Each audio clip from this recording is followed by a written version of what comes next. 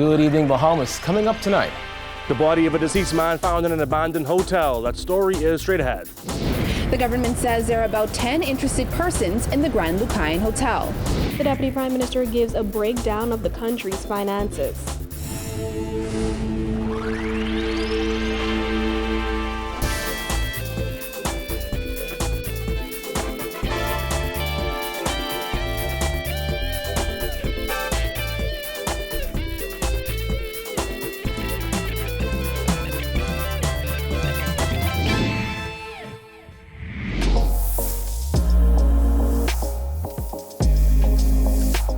Our news is brought to you by Alive.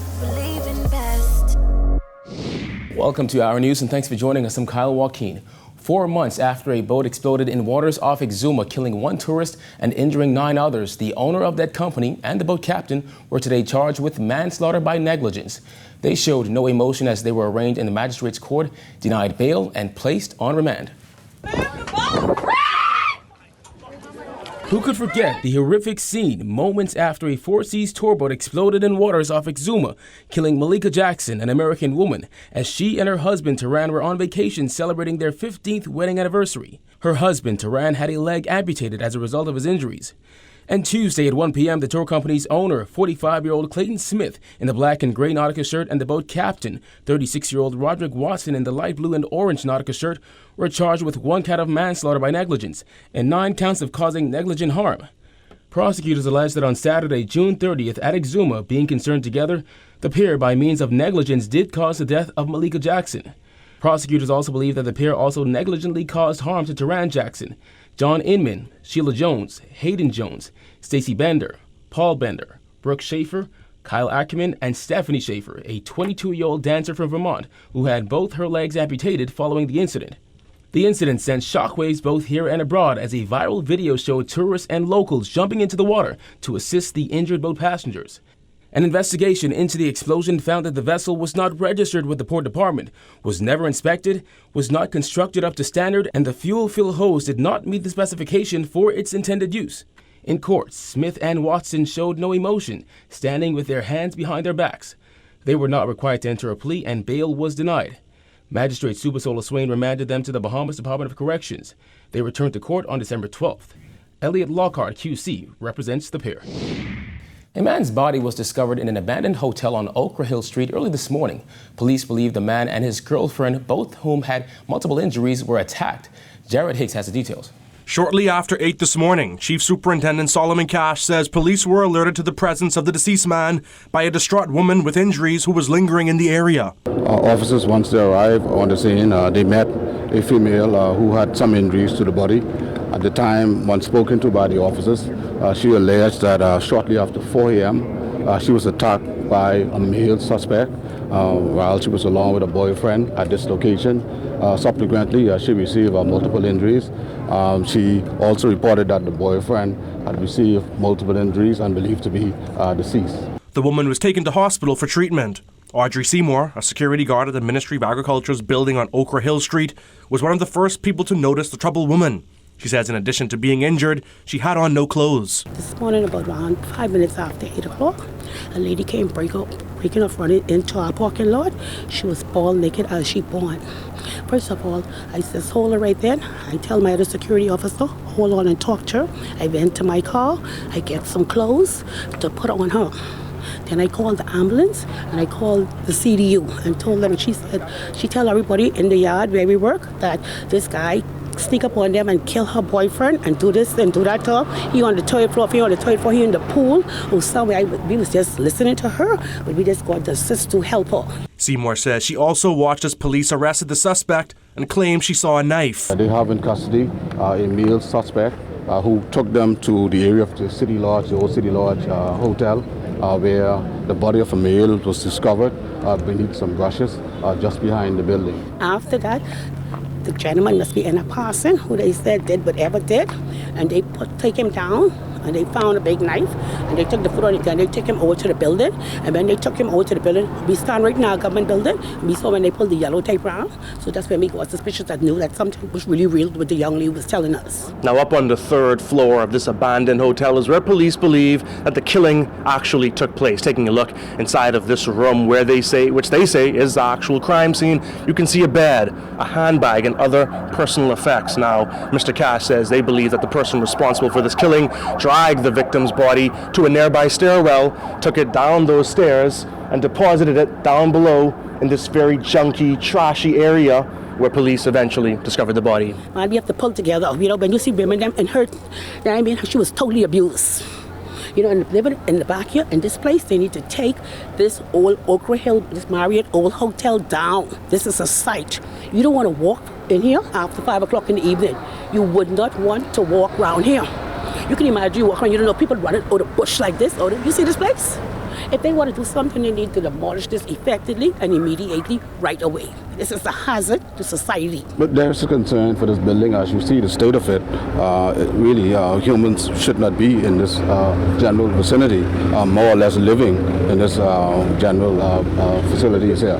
But of course, you know, we'll have to identify the owners and speak to those persons who can assist in dealing with this particular property. When asked why the man and woman were in the building at 4 a.m., Cash wasn't able to say. He says the victim is not known to police, and everybody involved, including the woman, appear to be in their late 20s or early 30s. Reporting for Our News, I'm Jared Hay. All right, thanks, Jared. Well, approximately 10 investors have expressed interest in purchasing the Grand Lucayan Hotel. Now, while the Deputy Prime Minister did not state a timeline for the closure of a deal, he did state that the $65 million the government spent will be recouped. Jillian Gray reports. As the ink dries on that $1 million Grand Lucayan sale, the Deputy Prime Minister is reassuring the public that he has faith in the board to sell that property. Government purchased the troubled resort for the full asking price of $65 million, with $30 million paid up front. Just last month, Parliament passed a resolution to borrow the balance of the money to facilitate the purchase.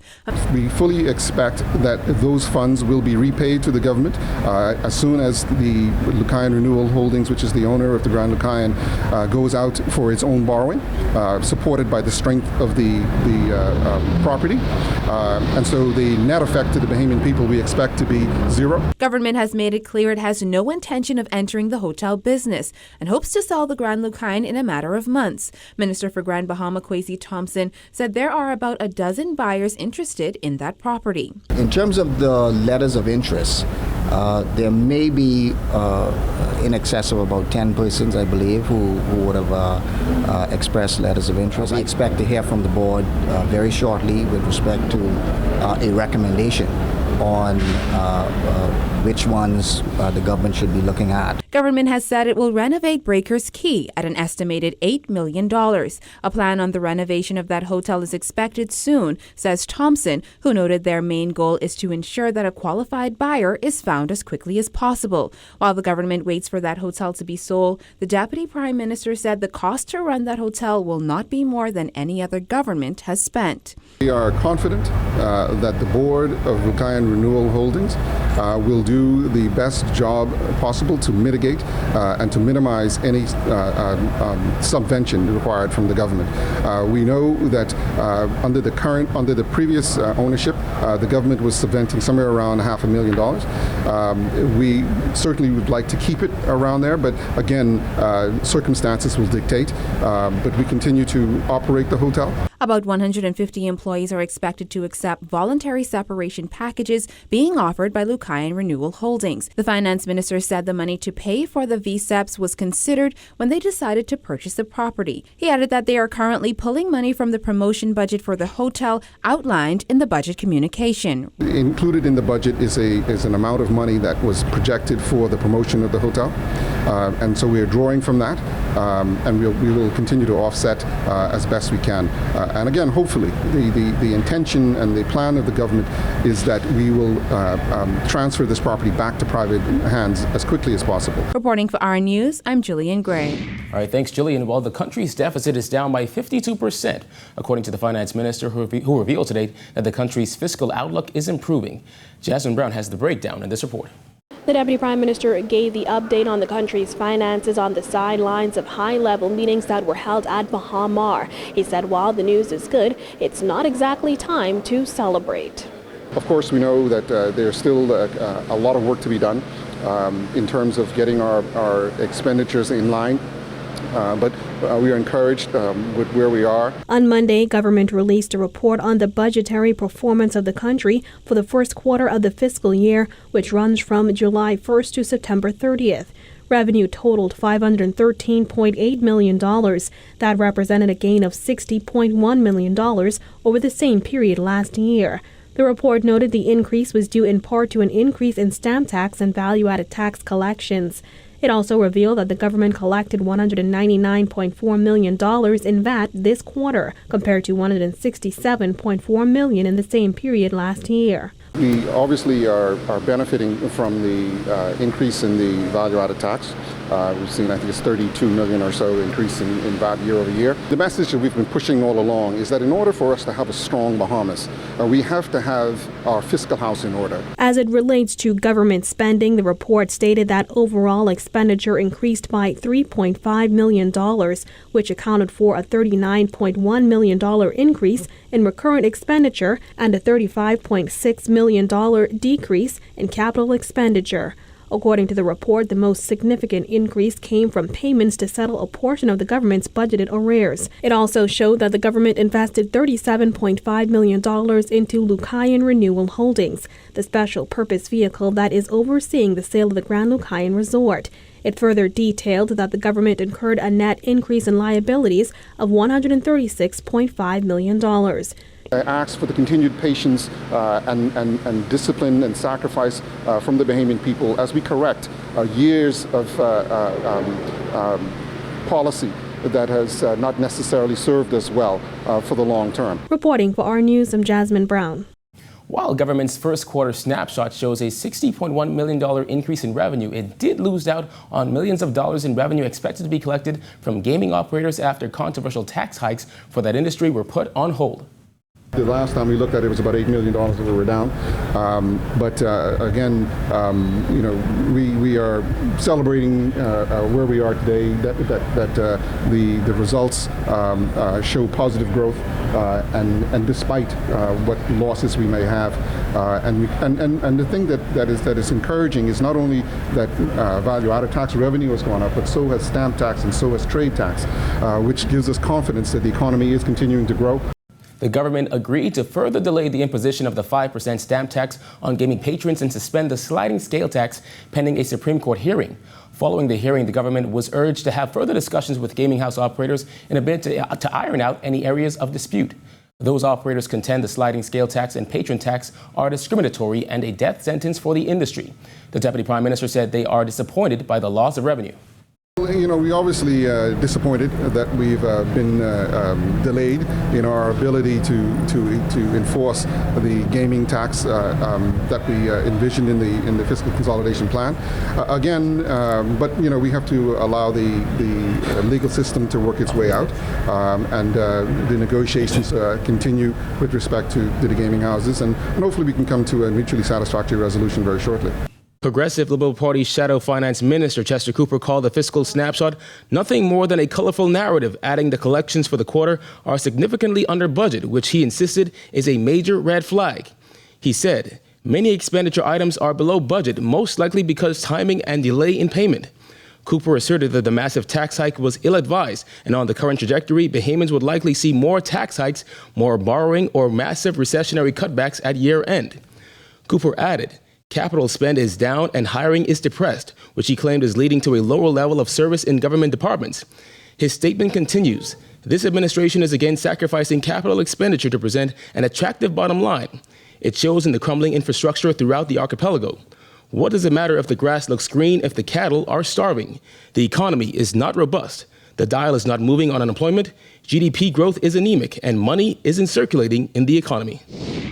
In other news, police on Grand Bahama seizing 23 Crocus bags of suspected marijuana valued at $1.3 million in waters off Grand Bahama early this morning. According to reports, a team of officers from the Drug Enforcement Unit, Marine Section, Rapid Response, and DEA were patrolling waters off the coast of High Rock, East Grand Bahama around 1 a.m. when they spotted a suspicious white single-engine 20-foot vessel with 2 men on board. The occupants sped off and a chase ensued. However, the vessel ran aground near Gold Rock Creek. The 2 men got away, leaving behind the bags of dangerous drugs. Investigations continue. Still to come on our news, the Social Services Minister calls for a conversation on the issue of abortion. Plus, find out how a demonstration by nurses impacted the public health care services. Stay tuned.